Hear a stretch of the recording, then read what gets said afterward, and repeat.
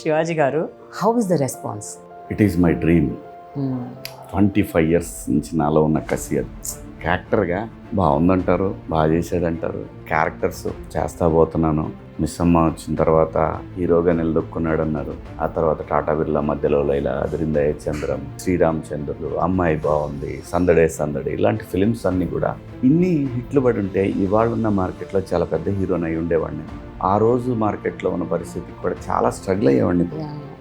ఏంటి నేను చేస్తున్నాను, గొడ్డులా కష్టపడతాను, నాకు తెలిసిందే అది, నా పెట్టుబడి అది, కాలం కలిసి రాలేదు.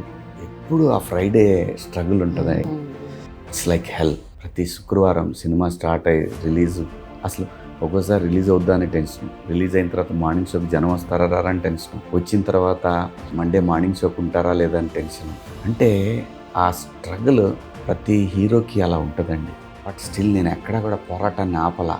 కొన్ని సంవత్సరాల పాటు పోరాడాను, కానీ నాకెందుకో ఈ రోజు నాది అనేది రాలేదు. 25 సంవత్సరాల నిరీక్షణ. ఆమె sentimental fool, seriously very emotional. నేను ఎన్నిసార్లు ఏడ్చుకున్నానో నాకు తెలుసు.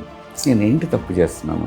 రీసెంట్గా సరిపోదా శనివారం సినిమా రిలీజ్ అయినప్పుడు లిటరల్గా ఆ బాత్రూమ్ మిర్రర్ పక్కన ఎలా గుద్దానంటే, నాకెందుకు పడలేదు ఇది పడుంటే నేను శివాజీ అనేవాడు ఎవడూ అవసరం లేదు అనే పరిస్థితి వచ్చేది కదా.